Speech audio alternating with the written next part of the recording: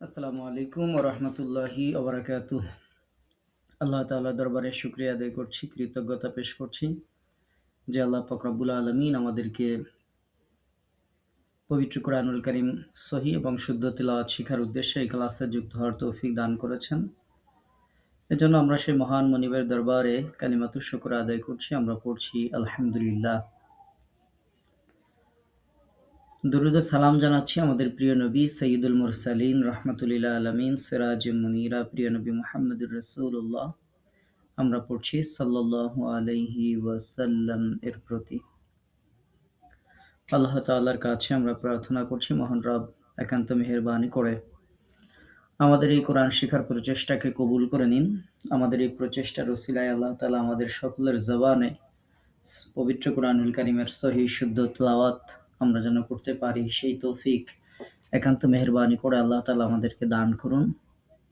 সেই কামনায় আমরা আমাদের আজকের ওরিয়েন্টেশন ক্লাস শুরু করছি।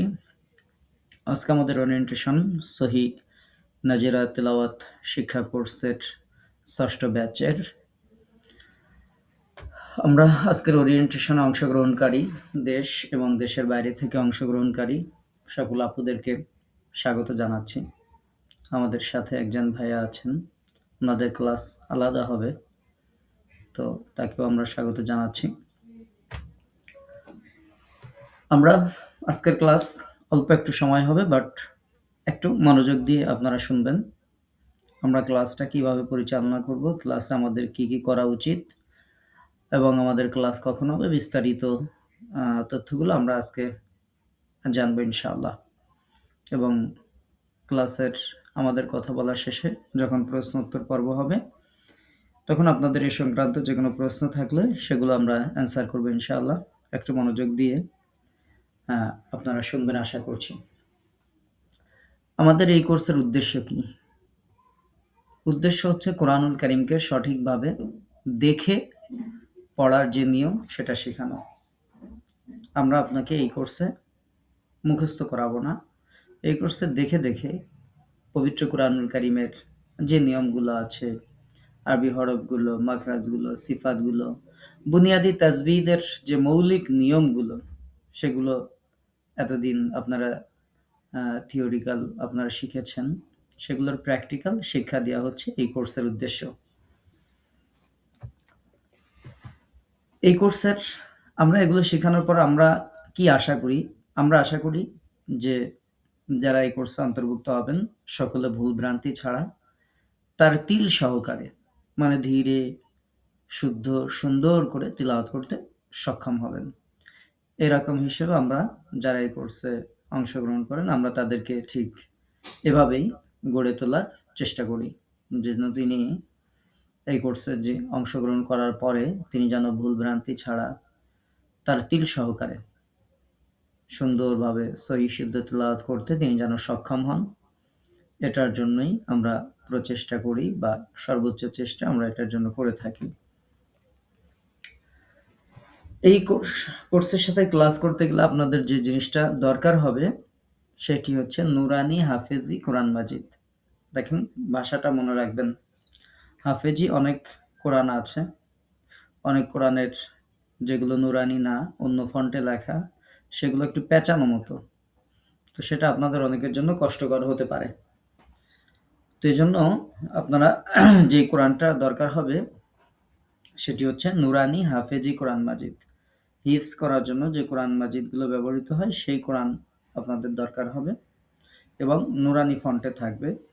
এবং এখানে আমরা নিচে একটু লিখে দিয়েছি বাংলা মুদ্রিত মার্জিত মাসহাব। বাংলা মুদ্রিত দ্বারা আমরা বোঝাতে চাচ্ছি যে কোরআনের সূরাগুলোর নাম বাংলায় লেখা আছে, আয়াত নাম্বারের সংখ্যা বাংলায় লেখা আছে। কারণ আমাদের দেখা যায় অনেক আপুরা কোরআন একটা জোগাড় করেন, পড়েন, এটার আরবি নাম্বার আরবিতে নাম্বার লেখা থাকে। এখন উনি আরবি নাম্বার বুঝেন না। আমি যখন বলি যে কোন আয়াত থেকে আপনি এই প্রশ্নটা করছেন, কোন আয়াতে এই শব্দটা আছে, তখন বলতে পারেন না এটা ৪৬ না ৬৪, কোনটা না কোনটা এটা বলতে পারেন না, বুঝতে পারেন না। তো এই জন্য যেটা সহজ আমরা এক্ষেত্রে পরামর্শ দিব, বাংলা যেই কোরআনের সূরার নাম বাংলায় লেখা, আয়াত সংখ্যা বাংলায় লেখা, পাশে যে নিয়ম কানুনগুলো, রুকু, তারপরে বিভিন্ন সাইন যেগুলো সেগুলো বাংলায় লেখা। এরকম যে কোরআন আছে সেরকম একটা কোরআন আপনাদের দরকার হবে। এই কোরআন স্বাভাবিক যেকোনো কোরআন হলে হবে না। এই কোরআন অবশ্যই হাফেজি কোরআন হতে হবে। এটি খুব ভালো করে মনে রাখবেন। অবশ্যই হাফেজি কোরআন হতে হবে। আপনারা আমাকে প্রশ্ন করতে পারেন যে, "উস্তাদ আপনি এই না মাত্র বললেন যে আপনি এই কোর্সে কোনো কিছু মুখস্থ করাবেন না। কিন্তু এখন আবার হাফেজি কোরআনের কথা কেন বলছেন?" দেখেন হাফেজি কোরআনটা হচ্ছে ২০ টা পৃষ্ঠা থাকে প্রত্যেকটা পাড়ায় এবং প্রত্যেক পৃষ্ঠায় ১৫ টা করে লাইন থাকে। প্রত্যেক পৃষ্ঠার শুরুতে আয়াত শুরু হয়। প্রত্যেক পৃষ্ঠার শেষে আয়াত শেষ হয়ে যায়। এটা হচ্ছে হাফেজি কোরআনের বৈশিষ্ট্য এবং সব হাফেজি কোরআন একই রকমের। কোনো ভিন্নতা নেই। যদি ৫ লাখ হাফেজি কোরআন থাকে, সেই ৫ লাখের হাফেজি কোরআনের পৃষ্ঠা ওইটারও যা আছে, এটারও তাই আছে। কিন্তু অন্য কোরআনে যেইগুলো হবে, সেগুলো হচ্ছে কোনো কোরআনের পৃষ্ঠা শেষ হইছে ১৬ আয়াতে, কোনো কোরআনের পৃষ্ঠা শেষ হয়েছে ১৭ আয়াতে, কোনো কোরআনের পৃষ্ঠার আয়াতের অর্ধেক এই পাশে, আয়াতের আর বাকি অর্ধেক অংশ আরেক পাশে। এরকম বিভিন্ন ধরনের থাকে। তো এটা আমাদের ক্লাসের সাথে মিলবে না। কোনো অবস্থাতেই মিলবে না। তো সুতরাং আপনাকে মাস্ট বি একটা নুরানি হাফেজি কোরআন আপনাকে সংগ্রহ করতে হবে। যদি কারো না থাকে আমরা সফট কপি দিয়ে দিব, যেটা দেখতে পারবেন। এরপর আমরা ক্লাস শেষে যে পৃষ্ঠা পড়া থাকবে, সেই পৃষ্ঠা আমরা কালার কোডেড কোরআনের আ পিকচার আমরা দিয়ে দিব। যতদিন আপনি কোরআন সংগ্রহ করতে না পারছেন। আর কোরআন সংগ্রহ করতে পারলেও আমরা এই পৃষ্ঠাটা দিয়ে দিব। কেমন থাকবে আমরা যে পৃষ্ঠা পড়া থাকবে, সেই পৃষ্ঠাটা হবে এরকম। আপনাদেরকে যদি আমরা একটু দেখাই, আমাদের অন্যান্য ক্লাসের ভিডিওর মধ্যে আপনারা এই কোরআনটা দেখে থাকবেন। মনে করেন আমরা সূরা বাকারা দিয়ে আপনাদের পড়া তেলাওয়াত শুরু হবে। তো সূরা বাকারার মনে করেন এই পৃষ্ঠা পড়া থাকলো। তো আমরা কি করব? আমরা এই পেজটার যে স্ক্রিনশট এটা আপনাদেরকে দিয়ে দিব। এই পেজটা যদি বড় করি তাহলে আরো ভালো করে দেখতে পারবেন যে এই পৃষ্ঠার মধ্যে সুন্দর করে যে নিয়ম কানুনগুলো কালার কোডের অনুযায়ী সাজানো আছে। তো এটা প্রাথমিক অবস্থায় কাজে দিবে। যেমন ওয়াজিব গুন্নাটা গুলো এই যে হলুদ কালার দেয়া আছে, কলকলাগুলো রেড কালার দেয়া আছে, ঈদগামগুলো সবুজ কালার দেয়া আছে। তো প্রাথমিক অবস্থায় এটি কাজে লাগবে। আর যারা ভালো পারেন তাদের তো দরকার হবে না। কিন্তু তারপরেও আমরা এইটার পেজই দিয়ে দিব। আচ্ছা, এটা হচ্ছে হাফেজি কোরআন। দেখেন এখানে এই যে আয়াত শেষ, আয়াত শুরু। এটার কোনো পাবেন না যে কোনো একটা আয়াতের অর্ধেক এই পাশে আছে, অর্ধেক এই পাশে আছে, এমন কোনো কিছু নাই। প্রত্যেক পৃষ্ঠার শেষে আয়াত শেষ হয়েছে, প্রত্যেক পৃষ্ঠার শুরুতে আয়াত শুরু হয়েছে এবং হাফেজি যত কোরআন আছে তার সাথে এটার মিল আছে। তো এই জন্য আপনাদেরকে অবশ্যই একটা হাফেজি কোরআনের শরণাপন্ন হতে হবে এবং সেই হাফেজি কোরআনটা হতে হবে অবশ্যই নুরানি হাফেজি কোরআন। আশা করি বুঝাইতে পেরেছি এবং যদি না বুঝেন প্রশ্নোত্তর পর্বে এটার আরো বিস্তারিত বলবো ইনশাআল্লাহ। তাহলে এই একটা জিনিসই আপনাদের দরকার হবে যে আপনার একটা নুরানি হাফেজি কোরআন আপনার দরকার হবে। সেটা ব্ল্যাক অ্যান্ড হোয়াইট হতে পারে, কালার কোডেড হতে পারে। সেটা যেমনই হোক অবশ্যই সেটাকে হাফেজি কোরআন হতে হবে এবং নুরানি ফন্ট হলে সেটা আপনার জন্য বেটার হবে। এরপর আমরা যেটি বলবো, কোর্সের কিছু নিয়ম শৃঙ্খলা আপনাদেরকে মেইনটেইন করতে হবে। নিয়মিত উপস্থিত থাকার জন্য সর্বোচ্চ চেষ্টা করবেন। অনেক কাজ আমাদের থাকবে। আমরা সবাই কর্মজীবী মানুষ। কোরআনের জন্য একত্রিত হয়েছি। কোরআনকে আমাদের ফার্স্ট প্রায়োরিটি দিতে হবে। এটাকে 4 সাবজেক্টের মতো মনে করলে হবে না। আমাদের এই দুনিয়ার জীবন কয়দিন আমরা বাঁচব? ৫০, ৬০, ৭০, ৮০, ১০০ বছরই বাঁচেন। তারপরে তো আর বাঁচতে পারব না। আমাদের অনন্ত অসীম যে জীবন, ফাইনাল ডেস্টিনেশন, আমাদের চূড়ান্ত গন্তব্য যেটি, সেখানে আমাদেরকে যেতেই হবে। দুনিয়ার এই জীবনে ভালো থাকার জন্য আমরা আমাদের যত এফোর্ট আছে সেগুলো আমরা এপ্লাই করি। আমাদের যত প্রচেষ্টা আছে সবকিছু আমরা সুন্দরভাবে করার চেষ্টা করি।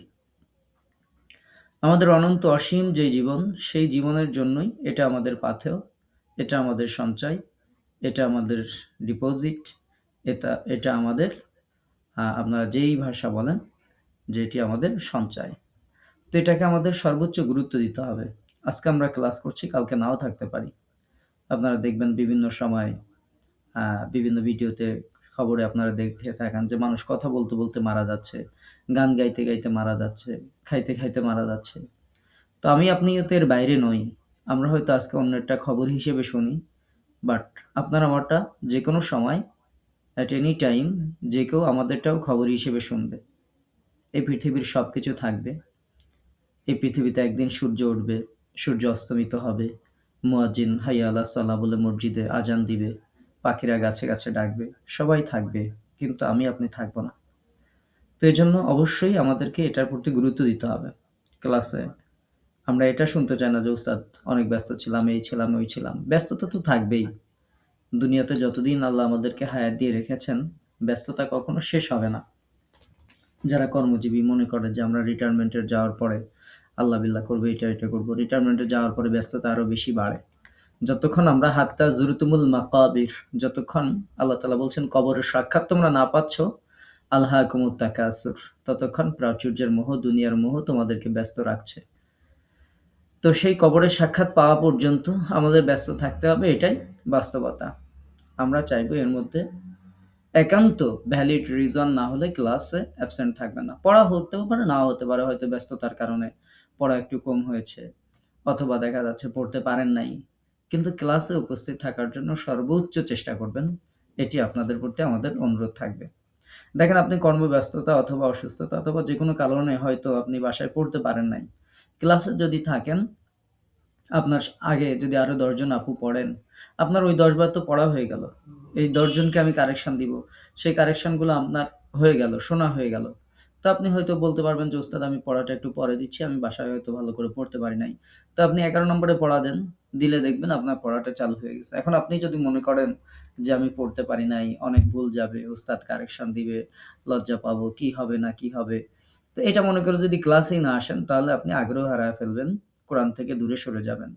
আর এটা বড়ই দুর্ভাগ্যের ব্যাপার যে আল্লাহ তাআলা তার কোনো বান্দাকে কোরআনের সাথে জুড়ে দিয়েছেন, সংযুক্ত করে দিয়েছেন। কিন্তু সেই বান্দা শয়তানের প্ররোচনায় অথবা নাফসের তাড়নায় অথবা দুনিয়াবি ব্যস্ততায় সেই বান্দা কোরআন থেকে দূরে সরে গেল। এটা একজন বান্দার জন্য, একজন মুসলিমের জন্য এর থেকে বড় হতভাগ্যের বিষয় আর কিছু হতে পারে না। তো আমরা যেন সেই হতভাগ্যদের দলে না হই। আল্লাহ যেহেতু অনেক মায়া করে, দয়া করে, ভালোবেসে, পছন্দ করে আপনাকে আমাকে কোরআনের কাছে নিয়ে এসেছেন। এই টাইমটা চাইলে আপনি, আমি, আমরা সবাই যেকোনো কাজে ব্যস্ত থাকতে পারতাম। আমরা Facebook, YouTube যেকোনো কিছুর মধ্যে আমরা মত্ত থাকতে পারতাম। গল্পগুজবে থাকতে পারতাম। অনেক দুনিয়াবি কর্মব্যস্ততায় থাকতে পারতাম, শুয়ে থাকতে পারতাম। যেকোনো কিছুর মধ্যে আমরা থাকতে পারতাম। আর পাপের কাজের মধ্যেও তো থাকতে পারতাম। কিন্তু আল্লাহ তাআলা বড় ভালোবাসেন বলেই আপনাকে আমাকে কোরআনের সান্নিধ্যে নিয়ে এসেছেন। আমরা ক্লাসে একটা কথা বলে থাকি যে, যদি আপনার কোরআন পড়তে মন চায়, তাহলে আপনি বুঝে নিবেন যে আপনার রব আপনাকে যিনি সৃষ্টি করেছেন, কোরআন যার কালাম, যার বাণী, সেই আল্লাহ তাআলা আপনার সাথে কথা বলতে চাচ্ছেন। আমরা ক্লাসে বলে থাকি যদি আপনার ইস্তেগফার করতে মন চায়, তাহলে বুঝবেন আপনার রব, আপনার মালিক আপনাকে ক্ষমা করতে চান। ক্ষমা করতে চান বলেই তিনি আপনার অন্তরে ইস্তেগফারের অনুভূতি জাগ্রত করে দেন। আপনার মুখ দিয়ে, জবান দিয়ে তওবার শব্দগুলো বের হয়। আল্লাহ যদি ক্ষমা করতে না চাইতেন, তাহলে আপনার জবান থেকে এগুলো বের হতো না। তো যখন মালিক আপনাকে ইস্তেগফার করার সুযোগ দিচ্ছেন, বুঝে নিতে হবে তিনি আপনাকে ক্ষমা করতে চাচ্ছেন। যখন আপনার অন্তরে কোরআন পড়ার জন্য আগ্রহ সৃষ্টি হয়, অনুভূতি তৈরি হয়, কোরআনের কাছে আসতে ভালো লাগে, এই অবস্থা যদি আপনার অন্তরে সৃষ্টি হয়, তাহলে বুঝে নিবেন আপনার রব আপনাকে অনেক বেশি পছন্দ করেন। পছন্দ করেন বলেই তিনি তার কালামের সান্নিধ্যে আসার জন্য আপনাকে কবুল করেছেন। তিনি চান যে আপনি তার সাথে কথা বলেন। তো যদি কোরআন পড়তে মন চায়, অবশ্যই বুঝে নিবেন রব আপনার সাথে কথা বলতে চাচ্ছেন। আর যারা কোরআন পড়েন না, কোরআন পড়ে না, তাদের সাথে তাদের রব কথা বলতে চান না। তো এটি আমরা যেন সেই কাতারে অন্তর্ভুক্ত না হই। আপনাদের প্রতি অনুরোধ থাকবে, অবশ্যই নিয়মিত ক্লাসে উপস্থিত হওয়ার জন্য চেষ্টা করবেন। বড় ধরনের কোনো বিপদ-আপদ, দুর্ঘটনা, অসুস্থতা সেগুলো হলে সেটা তো ভিন্ন ব্যাপার। সব ক্ষেত্রেই ব্যতিক্রম আছে। কিন্তু সামান্য কোনো অজুহাতে ক্লাস বাদ দিবেন না। এটি আমাদের সবথেকে বড় আশা আপনাদের কাছ থেকে করি আমরা। এবং আমাদের কোর্সের আজকেও আমরা একজনকে না করে দিয়েছি। একজন বলেছিলেন রেজিস্ট্রেশন করবেন, আমাদের কোর্সে যুক্ত হবেন। কিন্তু তিনি সব দিন ক্লাস করতে পারবেন না। তার যেদিন বন্ধ থাকবে সেই দিনগুলোতে তিনি ক্লাস করবেন। আমি একেবারে স্পষ্ট বলে দিয়েছি, এরকম কোনো স্টুডেন্ট আমাদের দরকার নাই। আল্লাহর কোরআনের উপরে যে অন্য বিষয়কে গুরুত্ব দেয়, এরকম কোনো স্টুডেন্ট আমাদের কোনো প্রয়োজন নেই। সে আমাদের যতই কোর্স ফি দিক বা যতই যা কিছু করুক না কেন, সেরকম কোনো স্টুডেন্ট আমরা চাই না। আমরা চাই যে নিয়মিত স্টুডেন্ট। তো এটা অবশ্যই একটু খেয়াল রাখবেন। আমি আজকেই এরকম একজনকে না করে দিয়েছি যে, না আপনার রেজিস্ট্রেশন করার দরকার নেই। ওনার বলে দেন যে আমরা তাকে করব না, অ্যালাউ করব না। যে হয়তো সে ২ দিন ক্লাস করবে, ১ দিন করবে না, এরকম কোনো স্টুডেন্ট আমরা অ্যালাউ করব না। এরপরে আমাদের এই কোর্সে যেটি করতে হবে, প্রত্যেক ক্লাসে ১ম দিকে আমরা পড়াটা কম দিব। আমরা ১ পৃষ্ঠা করে নাজেরার ক্লাসে পড়া নিব। তবে সেই পড়াটা নিব কয়েকদিন পরে। আগে আমরা আধা পৃষ্ঠা বা ৫ আয়াত, ৭ আয়াত করে দিয়ে আপনাদের পড়াটা একটু চালু করব। তারপরে আমরা ১ পৃষ্ঠাতে যাব। আস্তে আরকি পড়ার পরিধিটা বাড়বে। তো আমাদের যতটুকু পড়াই থাক না কেন, আমাদের রিকোয়ারমেন্ট হচ্ছে কমপক্ষে আপনাকে ২০ বার সুন্দরভাবে এটা পড়তে হবে। আপনি ২ দিন সময় পাবেন, ক্লাসের মাঝে ১ দিন গ্যাপ থাকবে। এখন কেউ যদি ২০ বার না পড়ে, তাহলে আমি তাকে কিভাবে শিখাবো আপনি বলেন? আজকে ক্লাসে পরের ক্লাসের আগে আপনাকে ১০ ওয়াক্ত সলাত আদায় করতে হবে। এই ১০ ওয়াক্ত সলাতের সময় আপনি যদি ১ ওয়াক্ত সলাত আদায় করার সময় ওই জায়নামাজে বসে যদি ২ বার করে পড়েন, তা ২০ বার হয়ে যাবে। এখন ন্যূনতম এতটুকু যদি কেউ না পড়েন, তাহলে তাকে আমাদের পক্ষে তো শিক্ষা দেওয়া সম্ভব না। সম্ভব কি হবে? অনেক দিন সময় লাগবে। আমাদের আছে, অনেক আপু আছে। অনেকে আছে ৩ মাস ৪ মাসে সুন্দর কোরআন তেলাওয়াত করতে পারে। আর অনেকে আছে এখনো ২ বছর ২.৫ বছর হয়ে যাচ্ছে। নাজেরা পড়তেছে। আমার তো কোনো সমস্যা নাই। তিনি পড়তেছেন। এখন তিনি যদি সময় না দেন, তারটা সঠিক হবে না। এখানে আমার তো কোনো কিছু করার নাই।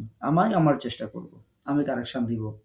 কিন্তু আপনার গতি আপনার থাকতে হবে। তো এজন্য আমরা বলি যে কমপক্ষে আপনি যেই পড়াটা থাকবে ২ দিন মিলে ২০ বার। এমন কোনো সময় না, একবারে পড়তে বসলে দেখবেন ০.৫ ঘন্টা ৪০ মিনিট, ১ ঘন্টার মধ্যে ২০ বার পড়া সম্ভব। তো কমপক্ষে ২০ বার পড়ে আসতে হবে, অনুশীলন করে আসতে হবে। তাহলে দেখবেন ওই পড়াটা আপনার মুখস্থ হবে না ঠিক, কিন্তু ওইটা আপনার এত সুন্দর করে আপনি যখন দেখে পড়বেন, আপনি বাকি জীবনে মৃত্যু পর্যন্ত যতবার আপনি কোরআন খতম করবেন বা কোরআন পড়বেন, ওই পৃষ্ঠা আপনার কাছে মুখস্থের মতো মনে হবে। মনে হবে যে আমি কিন্তু হাফেজ না।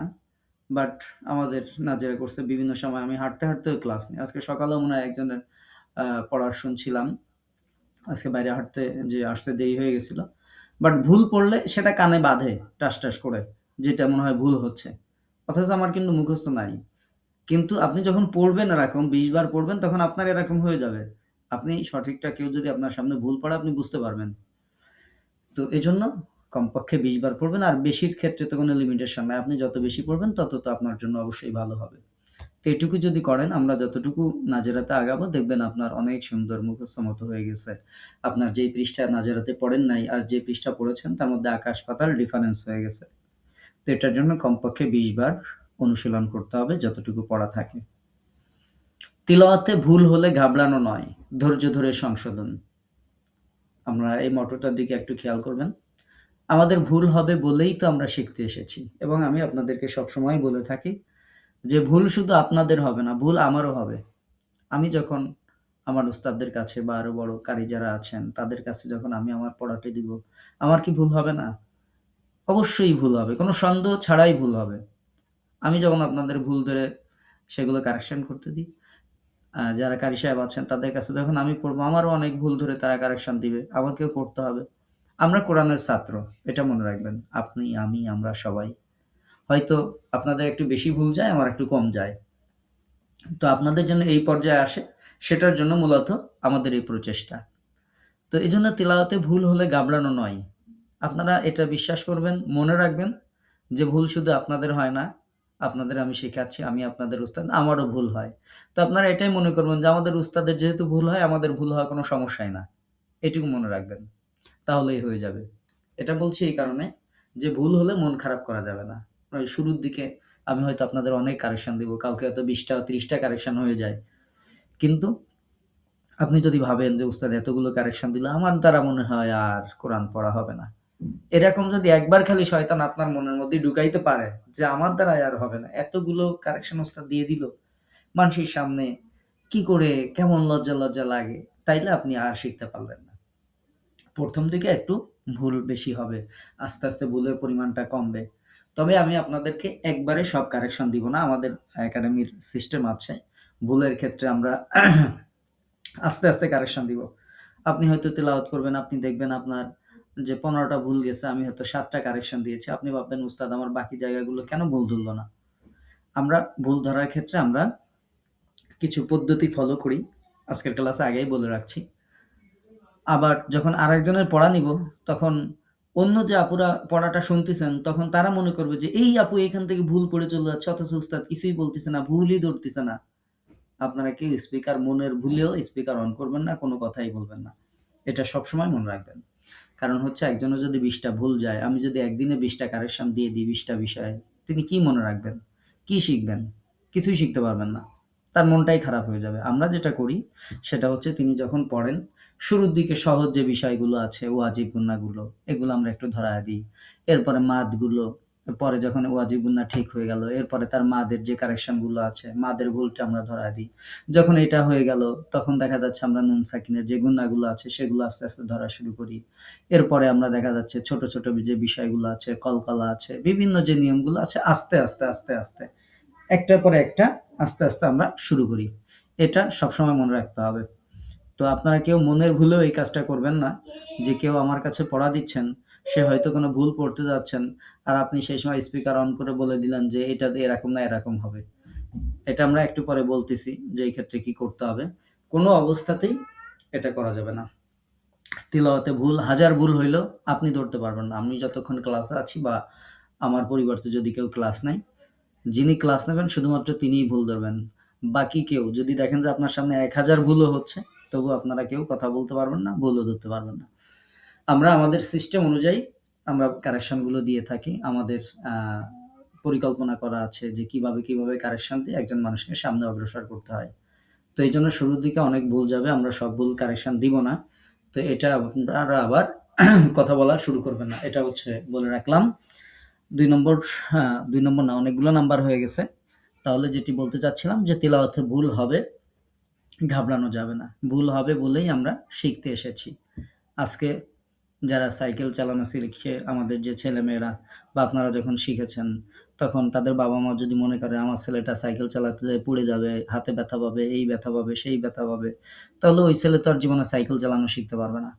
যদি কোনো বাবা-মা মনে করে যে আমার ছেলেরে সাঁতার কাটা শিখাবো, যদি কোনো সমস্যা হয়, নাকে পানি ঢুকে, এই হয়, সেই হয়, তাইলে ওই ছেলে তো আর সাঁতার কাটা শিখতে পারবে না। যদি কোনো বাবা-মা ছোটবেলায় ছেলে হাঁটা শিখবে, এখন হাঁটতে গেলে তো পড়ে যাবে, এটাই স্বাভাবিক। যদি মনে করে পড়ে যায় মাথায় ব্যথা পাবে, কি হয় না কি হয়, তাহলে আর হাঁটা শিখবে কি করে? তো এজন্য হাঁটা শিখতে গেলে যেমন পড়তে হবে, সাইকেল চালানো শিখতে গেলে পড়তে হবে, তারপরে সাঁতার শিখতে গেলে পানি খাইতে হবে, তিলাওয়াত করতে গেলে ভুলও হবে। ভুল হইলে কারেকশন হবে। তো এটার জন্য কখনো ঘাবড়ানো যাবে না। ধৈর্য ধরে সংশোধন করতে হবে। আমরা যে কারেকশন গুলো দিব হয়তো ১ দিনে না হতে পারে, ৩ দিনে না হতে পারে। একই ভুল আপনার ১০ দিনেও হতে পারে, ১ মাসও হইতে পারে। কোনো সমস্যা নেই। কিন্তু ধৈর্য ধরে সেগুলোকে আস্তে, আস্তে সংশোধন করতে হবে।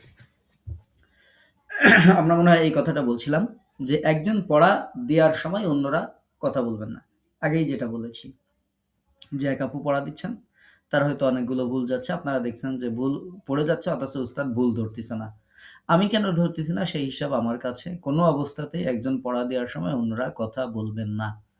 এটা খুব করে মনে রাখবেন। স্পিকার কোনো অবস্থাতেই আপনি অন করবেন না। আর ক্যামেরার তো প্রশ্নই আসে না। সবসময় ক্লাসে যুক্ত হওয়ার পূর্বে ক্যামেরা আগে বন্ধ করে নিবেন। ক্যামেরা, স্পিকার, তারপরে ক্লাসে যুক্ত হবেন। দেখেন আমরা কোরআন শিখছি। আমরা উম স্বাভাবিকভাবে যতটুকু পারি ইসলামকে ফলো করব, মেইনটেইন করার চেষ্টা করব। পর্দার বিধান তো ফরজ। তো এই ক্ষেত্রে ক্যামেরা আমাদের কোনো অবস্থাতেই যেন এমন না হয়, উদাসীন না হয়ে যায় যে আমার ক্যামেরাটা অন আছে, আমি ক্লাসে যুক্ত হয়ে গেলাম। আমার এখান থেকে দেখা যাবে না বা আমার এখানে সেই সিস্টেম আমরা রেখেছি যে আমি যেভাবে সেটিং করে রাখি এখানে হচ্ছে কারো ক্যামেরা অন থাকলে স্বাভাবিকভাবে দেখা যায় না। সেটিং পাল্টাইলে তখন দেখা যায়। তো আমি হয়তো দেখতে পারবো না কিন্তু অন্যরা তো দেখতে পারবে। আপনাদের তো আর সেই রকম সেটিং করা নাই। তো এখন এটা যেন না হয় আপনারা সেটা একটু অবশ্যই খেয়াল রাখবেন। যদি আমাদের আপুদের ক্লাস হবে, তারপরেও আমরা আলাদা ক্লাস হবে। তারপরেও আমরা কোনো অবস্থাতেই এটা অ্যালাও করব না যে কারো ক্যামেরা অন ছিল। এরকম অসচেতন মেহেরবানি করে হবেন না। স্পিকারগুলো বন্ধ রাখবেন। যখন কথা বলার সময় তখন অন করবেন, প্রশ্নোত্তর পর্বের সময় অন করবেন, পড়া দেওয়ার সময় অন করবেন, হ্যান্ড রাইজ করবেন যদি কোনো ইয়ে থাকে, কিন্তু স্বাভাবিকভাবে স্পিকারগুলো অন করবেন না। এটি তো আমরা বারবার বলছি। তো আশা করি ইনশাআল্লাহ মনে রাখবেন। এখন আমরা যে এতগুলো আলোচনা করলাম, এটার ক্ষেত্রে একটা আয়াত আমরা আজকের শুরুর দিনে মনে করিয়ে দিচ্ছি যে কোরআনকে আল্লাহ তাআলাই সহজ করে দিয়েছেন। আল্লাহ তাআলা বলছেন, ওয়ালাকাদ ইয়াসসারনাল কুরআনা লিযিকরি ফাহাল মিন মুদ্দাকির। আমি তো কোরআন শেখার জন্য সহজ করে দিয়েছি, অতএব উপদেশ গ্রহণকারী কেউ আছে কি? এই আয়াতের আরও অনুবাদ আছে বিভিন্ন ধরনের। আমরা এই অনুবাদটা নিয়েছি যেহেতু আমরা শেখার সাথে সম্পৃক্ত, সেহেতু এটাকে এরকম দিয়েছি। তো এটা ওয়ালাকাদ ইয়াসসারনাল কুরআন, আমরা কোরআনকে সহজ করেছি লিযিকির, জিকিরের জন্য। তো এই জিকির শব্দের একেকজন একেক ধরনের অনুবাদ করেছেন। আমরা দিয়েছি যে শিখার জন্য সহজ করে দিয়েছি। ফাহাল মিন মুদ্দাকির, কেউ উপদেশ গ্রহণকারী আছো কি? তো আল্লাহ তাআলা বলছেন আমি সহজ করে দিয়েছি। সুতরাং এটাকে কঠিন মনে করার কোনো সুযোগ নেই। জাস্ট একটু চেষ্টা করবেন, প্র্যাকটিস করবেন, ইনশাআল্লাহ সহি হয়ে যাবে। কোনো সমস্যাই হবে না ইনশাআল্লাহ। কোনো একদিন আপনাদের মতো এরকম কিছু আপুদেরকে নিয়ে আমরা শুরু করেছিলাম। আজকে সেই সমস্ত আপুদের অর্থসহ কোরআনুল কারীমের গুরুত্বপূর্ণ যত সূরা আছে, যত আয়াত আছে সেগুলো অর্থসহ মুখস্থ হয়েছে। এরপরে তারা ৩০ পারা অর্থসহ মুখস্থ করেছেন, ২৯ পারা অর্থসহ মুখস্থ করেছেন, ২৮ পারা অর্থসহ মুখস্থ করেছেন। এরপরে এখন বিভিন্ন দোয়া, কালাম এগুলো মুখস্থ করছেন। তো এগুলো তো কোনো কঠিন কোনো বিষয় না, এবং এর মধ্যে আমাদের আ বয়স্ক আপুরাও আছেন, তারাও করছেন। তো এটা হচ্ছে মিরাকল। আল্লাহ তাআলাই সহজ করে দিয়েছেন। কেউ মনে করবেন না যে আমার বয়স হয়ে গেছে, আমি পারবো কিনা, আমার মনে থাকে কি থাকে না, আমি পারবো কিনা। পারবেন কিনা সেটা আল্লাহ তাআলা হিসাব করবেন। আপনি আমি যেটা করব সেটা হচ্ছে আল্লাহর কাছে দোয়া করব, চেষ্টা করব। আল্লাহ তাআলা যখন কবুল করবেন হয়ে যাবে, কোনো সমস্যা নেই ইনশাআল্লাহ। এবং আল্লাহ তাআলা এটাকে সহজ করে দিয়েছেন, এটা মনে রাখবেন। এরপর আমাদের যে আলোচ্য বিষয় সেটা হচ্ছে ক্লাস কখন হবে, কবে হবে, কখন হবে। আমাদের ক্লাস আমরা আজকেই রুটিন দিয়ে দিব। শনি, সোম এবং বুধবার এই ৩ দিন ক্লাস হবে। কখন হবে? আপুদের ক্লাস আমরা চেষ্টা করব ৮:২০ থেকেই শুরু করে দেওয়ার জন্য। ৮:২০ থেকে, যেহেতু এশার নামাজ পড়ে আসতে যদি একটু দেরি হয়, ৮:২০ থেকে ৮:৩০। তো আমরা ফিক্সড এটার মধ্যেই করব ইনশাআল্লাহ। ৮:২০ আপনারা ধরেন যে ৮:২০ থেকে আপুদের ক্লাস শুরু হবে। আপুদের ক্লাস শেষ হয়ে গেলে তখন তারপরে আমরা ভাইয়াদের গ্রুপ আলাদা থাকবে। উনাদের ক্লাস তারপরে আমরা শুরু করব। উনাদের সাথে কথা বলব আমরা আলাদা করে। তো ৮:২০ এ ক্লাস হবে, এটা মনে রাখবেন আপুদের। তাহলে আমরা যেটি জানলাম সেটি হচ্ছে কোরআন শেখা এটা কোনো কঠিন কাজ না। ০.৫ ঘন্টা ১ ঘন্টা সময় যদি একটু কোরআনের জন্য দেন, অবশ্যই কোরআনকে সুন্দর করে তারতিল সহকারে পাঠ করতে পারবেন। আমরা যেটা প্রত্যাশা করি আপনাদের কাছ থেকে, এতক্ষণ যা আলোচনা করলাম তার দ্বারা আপনারা বুঝতে পেরেছেন যে একটু কষ্ট করে সময় মতো নিয়মিত ক্লাসে হাজির হয়ে আমাদেরকে সহযোগিতা করবেন। সময় মতো নিয়মিত কেন বলেছি? যে যদি আপনারা সময় মতো জয়েন করেন, আর এক আপুর পড়া যদি শোনেন, তাকে আমি কারেকশন দিচ্ছি সেটা যদি শোনেন, সেটা আপনার অন্তরের মধ্যে গেঁথে যাবে। এবং আপনি যদি ক্লাসে থাকেন তাহলে দেখবেন এই পৃষ্ঠাটা আপনার কাছে একেবারেই সহজ হয়ে যাবে, অনেক সহজ হয়ে যাবে। আর আপনি যদি স্বাভাবিক পড়া দিয়ে চলে যান তাহলে এই অনুভূতি বা এই পরিবর্তন আপনার হবে না। তো এজন্য আমরা একটু বলি যে কষ্ট করে সময় মতো নিয়মিত ক্লাসে হাজির হবেন। আর আগেও যেটা বলেছি, আমরা নিয়মিত শিক্ষার্থী চাই। আমাদের যদি ৫ জন থাকে আমরা এই ৫ জন নিয়েই ক্লাস কন্টিনিউ করব। আমাদের আছে, এমনও আছে। তো আমরা তবে চাইবো অবশ্যই নিয়মিত শিক্ষার্থী। আর সবসময় আপনারা দোয়া করবেন নিজেদের জন্য, আমাদের জন্য, একাডেমির জন্য দোয়া করবেন যে আল্লাহ আমরা যেই উদ্দেশ্যে এই কোর্সে যুক্ত হয়েছি, আমরা যেন সহি করে কোরআন শিখতে পারি। আপনারা আমার জন্য দোয়া করবেন যে আমাদের উস্তাদ যেন আমাদেরকে সহি করে শিখাতে পারেন। তো আল্লাহ তাআলা যখন আমাদের এই দোয়া কবুল করে নিবেন, তখন আমাদের জন্য কাজটা একেবারেই সহজ হয়ে যাবে। আল্লাহ তাআলা যখন চাইবেন তখন সবকিছু সহজ হয়ে যাবে। আপনাদেরকে একটা গল্প শোনাই। কোরআন নাজিলের গল্প আপনারা জানেন। ছোট্ট করে বলি। প্রিয় নবী সাল্লাল্লাহু আলাইহি ওয়াসাল্লামের বয়স যখন ৩৫ পার হলো, নবীজি তৎকালীন আরব সমাজের বিভিন্ন অন্যায়, অত্যাচার, জুলুম, নির্যাতন, বিভিন্ন ধরনের কুসংস্কৃতি, অপসংস্কৃতি এগুলো আল্লাহ রাসূলকে চিন্তান্বিত করত। নবীজি চিন্তা করতেন যে কিভাবে আমার এই সমাজকে উদ্ধার করতে পারি। নবীজি গাড়ে সুরের হেরা যে গুহা, সেই গুহায় তিনি ধ্যানমগ্ন থাকতেন। তো নবীজির বয়স যখন 40 হলো, সেই দিনের ঘটনা আপনারা জানেন। যেদিন নবীজির কাছে জিবরাইল আলাইহিসসালাতু ওয়াসসালাম আসলেন। আসার পরে জিবরাইলের সাথে নবী সাল্লাল্লাহু আলাইহি ওয়াসাল্লামের সাথে যে কনভারসেশন হয়েছিল, সেটি ছিল এরকম। জিবরাইল আলাইহিসসালাতু ওয়াসসালাম বললেন, ইকরা ইয়া মুহাম্মদ, হে মুহাম্মদ আপনি পাঠ করুন।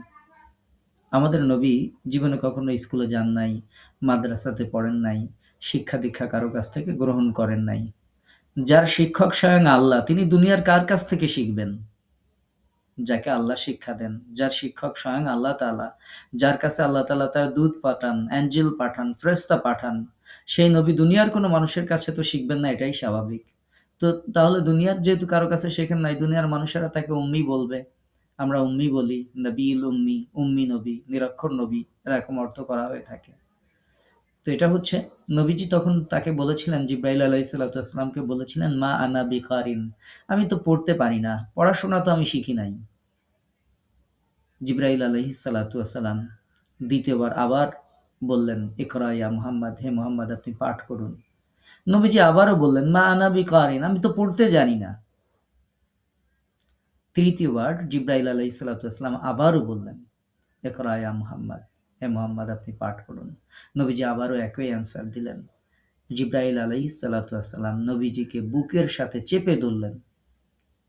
এই চেপে ধরার ফলে নবীজি সাল্লাল্লাহু আলাইহি ওয়াসাল্লামের মধ্যে যে পরিবর্তন হয়েছিল, সাথে, সাথে জিবরাইল আলাইহিসসালাতু ওয়াসসালাম বলা শুরু করেছিলেন, ইকরা বিসমি রাব্বিকাল্লাযী খলাক।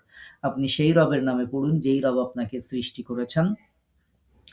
তো এভাবে যে আয়াতগুলো সূরা আলাকের যে আয়াতগুলো নাজিল হলো, নবীজি পড়া শুরু করলেন। তো এটা হচ্ছে আল্লাহর কবুলিয়াত।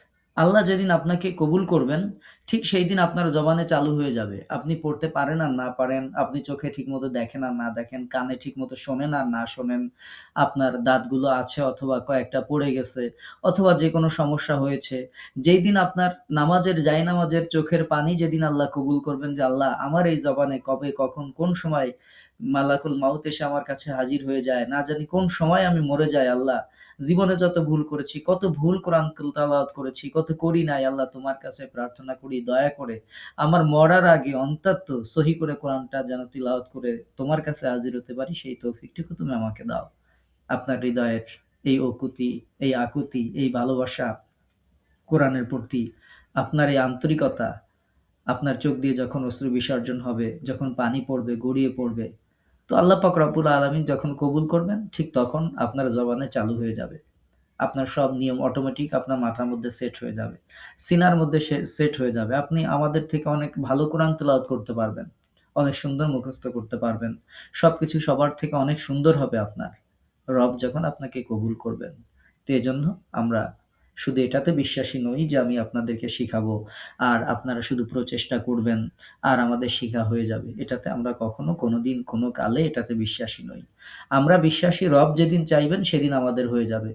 যত দুর্বলতা যাই কিছু থাক না কেন, সব সেই দিন দূর হয়ে যাবে যেদিন আল্লাহ আমাদেরকে কবুল করবেন। তো সেই আল্লাহর কবুলিয়াতের জন্য সবসময় তাহাজ্জুদের সালাতে, ৫ ওয়াক্ত সালাতে, সালাতের বাইরে সবসময় আল্লাহর কাছে দোয়া করবেন যে, আল্লাহ আমি যেন সহি করে কোরআন তেলাওয়াত শিখতে পারি। আর আমাদের জন্য দোয়া করবেন। আমরা যারা শেখানোর চেষ্টা করি, যে দোয়া করবেন আল্লাহ আমার উস্তাদ যেন আমাদেরকে সহি করে শিখাতে পারেন। তো আল্লাহ যদি আমাদেরকে কবুল করেন ইনশাআল্লাহ আমরা সহি শুদ্ধ সুন্দর করে আমরা কোরআন তেলাওয়াত করতে পারবো ইনশাআল্লাহ। এই কথাটা সবসময় সারা জীবন ইনশাআল্লাহ মনে রাখবেন। তো আমরা আবারও স্মরণ করিয়ে দিচ্ছি, এতক্ষণ যেই কথা বলছি সেটা কেন আমরা এমন করা উচিত? সেটি হচ্ছে করোনার সময় আমরা যখন পেপার পত্রিকার নিউজগুলো পড়তাম, যে তখন আমরা কল্পনা করতাম যে কোনো একদিন কি এমন হবে যেই দিন আমরা মাস্ক ছাড়া বাইরে বের হতে পারবো। কোনো একদিন কি এমন আসবে যেই দিন এই আতঙ্ক থাকবে না। কোনো একদিন কি আমরা স্বাভাবিক জীবনে ফিরে আসবো। সেই সময় ঘরের মধ্যে বন্দী ছিলাম। বসে, বসে বিভিন্ন অনলাইনে বিভিন্ন কিছু পড়তাম। মানুষেরা কত কল্পচিত্র আঁকত। করোনা পরবর্তী জীবন, পৃথিবী কেমন হতে পারে? কেউ লিখত যে আমাদের দেশে হয়তো আমি আমার গ্রামে ফিরে যাব। যাওয়ার পরে দেখব যারা আমাদের গ্রামে ছিল সবাই মারা গেছে। হয়তো ২-১ জন মানুষকে ধুকে মরছে, অসুস্থ অবস্থায় পাবো। যেই শহরের যেই বাজারগুলোতে আমি বাজার করি সেখানে যে ভ্যানওয়ালা, রিক্শাওয়ালা, মাছওয়ালা তারা হয়তো মরে পড়ে থাকবে। এরকম বিশ্বাসটাই মানুষের মধ্যে বদ্ধমূল ছিল। অবস্থা এমন ছিল, আমরা যা কিছু আনবো তার মধ্যে করোনার জীবাণু চলে আসবে। কোনটা খাবো, কোনটা আনবো, কি করব? প্রচন্ড এক আতঙ্কময় জীবন আমাদের ছিল। অনেকে অসুস্থও হয়েছিলেন, অনেকে হয়তো অসুস্থ হননি। কিন্তু আমরা করোনা পরবর্তী জীবনে বাঁচতে পারবো এই বিশ্বাস, এই আকুতি আমাদের অনেকের এটা খুব কম ছিল। অনেকের সাথে কথা হয়েছে, তারা বলেছেন যে, "ওস্তাদ বা হুজুর, আ এটা যে আমি আবার এই জীবনে ফিরে আসবো স্বাভাবিকভাবে ভাবতে পারি নাই। আবার মৃত্যু, কয়েকদিন জ্ঞান ছিল না।" এরকম বিভিন্ন জনের বিভিন্ন অভিজ্ঞতা আছে, সেগুলো আমরা উল্লেখ করছি না।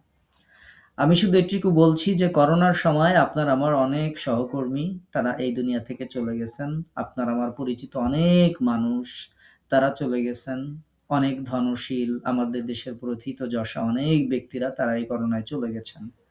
আল্লাহ পাক রব্বুল আলামিন আপনাকে এখনো পর্যন্ত হায়াত দিয়ে এই পৃথিবীতে বাঁচিয়ে রেখেছেন। আবার তার মধ্যে সুস্থ রেখেছেন, ভালো রেখেছেন। তার মানে হচ্ছে আল্লাহ পাক রব্বুল আলামিন আপনাকে বোনাস একটা নিয়ামত দিয়েছেন। এই সময়টাকে আমরা বলব যে নিয়ামত মনে করুন। দেখেন আমাদের এই একাডেমিটাও এই করোনার সময় প্রতিষ্ঠিত হয়েছে। কেন প্রতিষ্ঠিত হয়েছে? আপনাদেরকে তো সবসময় বলা হয় না। আজকে যেহেতু পড়া নেই, শুরুর ক্লাস এজন্য একটু অভিজ্ঞতাগুলো শেয়ার করি। করোনার সময় কোনো একদিন রাতের বেলায় আমার মনে হলো যে, মনে হয় এই পৃথিবীতে আজকে রাত শেষ রাতও হতে পারে। আমি অফিসিয়ালি করোনায় আক্রান্ত ছিলাম না। বাট কিছু সিম্বল ছিল। আ আমি উম তো সেগুলোর কারণে এরকম ইয়ে ছিল। আমাদের অনেক আ বাধ্যবাধকতা ছিল। উম আমি তো যার কারণে এরকম মনে হচ্ছিল। তো তখন দেখলাম যে আমরা এই যে পৃথিবীতে কর্ম করছি, যখন যেখানে পোস্টিং থাকে তখন সেখানে যাই। ৩ বছরের জন্য থাকি। এখানে আমাদের যারা সহকর্মী থাকেন, ৩ বছর পরে যখন এক ডিস্ট্রিক্ট থেকে আরেক ডিস্ট্রিক্টে, এক বিভাগ থেকে আরেক বিভাগে, বাংলাদেশের এই প্রান্ত থেকে ওই প্রান্তে, এরকম করে ছুটে বেড়াতে হয়। তো তখন আমি বাংলাদেশের উত্তরবঙ্গের কোনো একটা এলাকায় ছিলাম। একেবারেই অ্যা দূরে। তো তখন মনে হলো যে, আমি যদি এখন মারা যাই, তাহলে আমার জন্য হাত তুলে দোয়া করবে এমন মানুষ কয়জন? তো দেখা গেল যে এরকম মানুষ হাতে গোনা আ মনে হলো না। তো তখন মনে হলো যে আমার জন্য দোয়া করার মতো তো কোনো মানুষ নেই। হয়তো এই কর্মের কারণে যাদের সাথে সম্পর্ক হয় একটু ইন্নালিল্লাহ পড়বে বা স্বাভাবিক ইয়ে করবে। তো তখন এটা প্রতিষ্ঠা করেছিলাম যে আমি আমার এই কর্মের বাইরে চাকরি-বাকরি করছি। সরকার যা কিছু আমার দরকার সবকিছু সরকার দিয়ে দিচ্ছে এভরিথিং। সবকিছুই। পৃথিবীতে আল্লাহ তাআলা কোনো অভাব রাখেন নাই। কোনো আশা অপূর্ণ আমার রাখেন নাই। আল্লাহ তাআলা যদি জিজ্ঞেস করেন তাহলে আমার জবাবটা কি হবে? এটা ছিল আমার অনুভূতি যে এমন কোনো দোয়া আমার জীবনে নেই যেই দোয়া আল্লাহ কবুল করেননি। কোনো অভাব আল্লাহ তাআলা রাখেননি। কোনো মনের আশা অপূর্ণ রাখেননি। সবকিছুই আল্লাহ তাআলা দিয়েছেন। তো আজকে যদি আমি মারা যাই, সে রবের জন্য আমি কিভাবে নাজাত পাবো? আমার তো কোনো সদকায়ে জারিয়া নেই যেটা আমার আমলনামায় জমা হবে। তখন আমি দেখলাম যে আমার এই চাকরি-বাকরির পাশাপাশি সরকারের দায়িত্ব পালন করার পাশাপাশি আমি যেটা করতে পারি সেটা হচ্ছে আমার এই অবসর সময়টা আমি মানুষকে কোরআন শিখানোর কাজে ব্যয় করতে পারি। তো সেরকম একটা করোনার সময় তারপরে সেই দিনের সেই রাতের নিয়াতে তারপরে আমরা এই যে শুরু করলাম। আলহামদুলিল্লাহ এখন আমাদের পরিধি পৃথিবীব্যাপী আস্তে অনেক বিস্তৃতি হয়েছে। এখন যারা আমাদের কাছে শিখেছেন তারা এখন বিভিন্ন জায়গায় শিখাচ্ছেন। তো এটার আরো বিভিন্ন পরিকল্পনা আমাদের কার্যক্রম চলছে। ইনশাআল্লাহ আল্লাহ তাআলা এখন একটু বিশ্বাস হয় যে না মরে গেলে কেউ না কেউ দোয়া করবে আর কেউ না কেউ কোরআন পড়লে আমার জন্য সওয়াব হবে। এখন একটু মোটামুটি অন্তরে শান্তি পাই আরকি। তো আমি আপনাদেরকে যেটি বলব সেটি হচ্ছে এই একাডেমিটাও এই করোনার ওসিলায় আল্লাহ তাআলা তৈরি করেছেন। না হলে হয়তো এরকম হতো না। ঘুমাইতাম। এমনও দিন গেছে যে একবারে সকালবেলা ফজর নামাজ পড়ে আবার ঘুমাইছি। বন্ধের দিন কি করব? একবারে উঠে জুমার নামাজ পড়তে গেছি। সকালে নাস্তাও করি নাই। এরকমও দিন গেছে। তো অনেক সময় অপচয় করেছি। আল্লাহ তাআলা মাফ করুন। এরপরে বিভিন্ন যে সিরিজগুলো আছে, স্বাভাবিকভাবে বই পড়ার জন্য খুব আগ্রহ ছিল। সেগুলো পড়তাম। বিভিন্ন সিরিজ পড়তাম। ভাড়া নিয়ে এসে পড়তাম। তো বাট সেগুলো আল্টিমেটলি তো আমার পরকালের কোনো কাজে আসবে না। তো এখন যতটুকু সময় পাই এই কোরআন পড়ানো বা এটার মধ্যে দিয়ে চাকরির বাইরের সময়গুলো এটার মধ্যে অতিবাহিত করার চেষ্টা করি। অবসর সময়গুলো, অবসরের দিনগুলো। মোটামুটি আলহামদুলিল্লাহ এখন মনের মধ্যে একটা আলাদা প্রশান্তি কাজ করে। তো আপনাদের প্রতি আমার অনুরোধ থাকবে, করোনা পরবর্তী যেই হায়াতটুকু আপনাদেরকে আল্লাহ তাআলা দিয়েছেন, আমাকে আল্লাহ তাআলা দিয়েছেন, আসুন আমরা সবাই মিলে এটাকে নেয়ামত মনে করে কোরআনের জন্য আমরা আমাদের নাজাতের ওসিলা যেন হয় আল্লাহর কাছে, সেটার জন্য একটু আমরা কাজ করি। এটাই আশা করি আপনাদেরকে বুঝাইতে পেরেছি যে এটাই আমাদের প্রত্যাশা এবং আশা করি আপনারা ইনশাআল্লাহ আ এটাতে একত্রিত হবেন। তো আমার যা কথা ছিল আপনাদের সাথে ওরিয়েন্টেশন ক্লাস অনেক কিছুই বলে ফেললাম। অনেক কিছু হয়তো বাড়তিও বলে ফেলেছি যেগুলো বলার ছিল না। আল্লাহ তাআলার কাছে দোয়া করছি যে আল্লাহ তাআলা আমাদের যেটুকু বলার বাইরে যেটুকু বলার মানে দরকার ছিল না বা ভুল ত্রুটি যদি বলে ফেলি আল্লাহ তাআলা সেগুলো আমাদের মন থেকে মুছে দিন। যেগুলো আমাদের কাজে দরকার সেগুলো আল্লাহ তাআলা যেন আমাদেরকে আমল করে চলার তৌফিক দান করুন এই কামনায় আমি আমার ওরিয়েন্টেশন শেষ করছি। তো আ এরপরে আমাদের প্রশ্নোত্তর পর্ব। আপনাদের যদি কোনো জিজ্ঞাসা থাকে তাহলে এখন করতে পারেন। হ্যান্ড রাইজ করবেন। কেউ স্পিকার অন করবেন না। হ্যান্ড রাইজ করলে আমি একে, একে ডেকে নিব ইনশাআল্লাহ। আ বলেন আহসানুল হক রিবেল ভাইয়া বলেন। ওয়ালাইকুম ইনশাআল্লাহ।